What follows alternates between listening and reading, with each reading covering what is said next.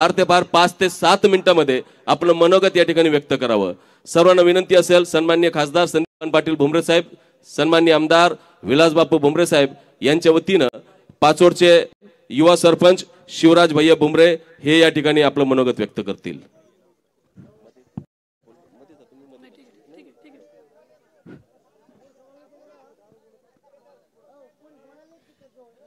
आज आपल्या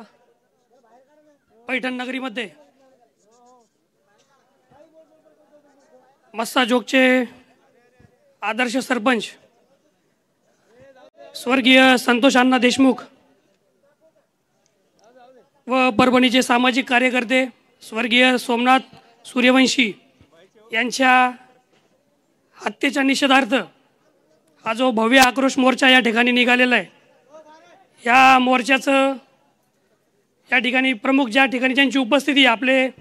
आदरणीय मनोजदादा जरांगे पाटील आणि सर्व मान्यवर मंडळी आणि देशमुख परिवारातील सर्व त्यांचे कुटुंबीय, ही संत एकनाथ महाराजांची भूमी आहे। या भूमीतून संत एकनाथ महाराजांनी ज्यांना शांतीब्रह्म म्हटलं जातं, शांतीचा संदेश या भूमीतून संपूर्ण महाराष्ट्राला आणि देशाला दिला आणि ह्या संत एकनाथांच्या भूमीतून आज या ठिकाणी हा आक्रोश मोर्चा निघतोय।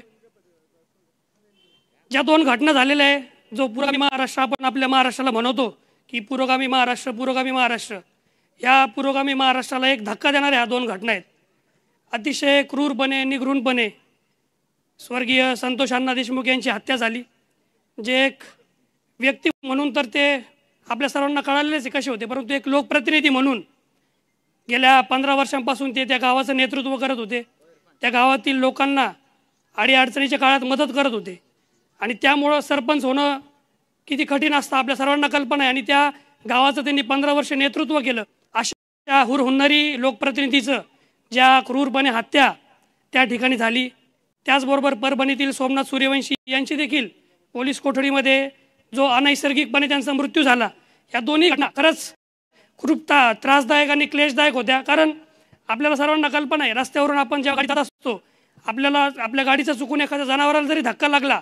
आणि त्या जनावराला जर इजा झाली तर आपलं मन हळहळ करतं, कारण आपल्या संतांची भूमी आहे, आपल्याला कायम संतांची शिकवण आहे। इतर राज्यांपेक्षा आपण स्वतःला प्रगत म्हणवतो आणि त्यामुळे ह्या गोष्टींचं आपल्याला दुःख होतं, वाईट वाटतं। आणि मग अशा क्रूरपणे जेव्हा हत्या आपल्या महाराष्ट्रात होते, तर प्रत्येक संवेदनशील मनाला त्रास देणारा, वेदना देणाऱ्या ह्या घटना आहे आणि ह्या घटनेचं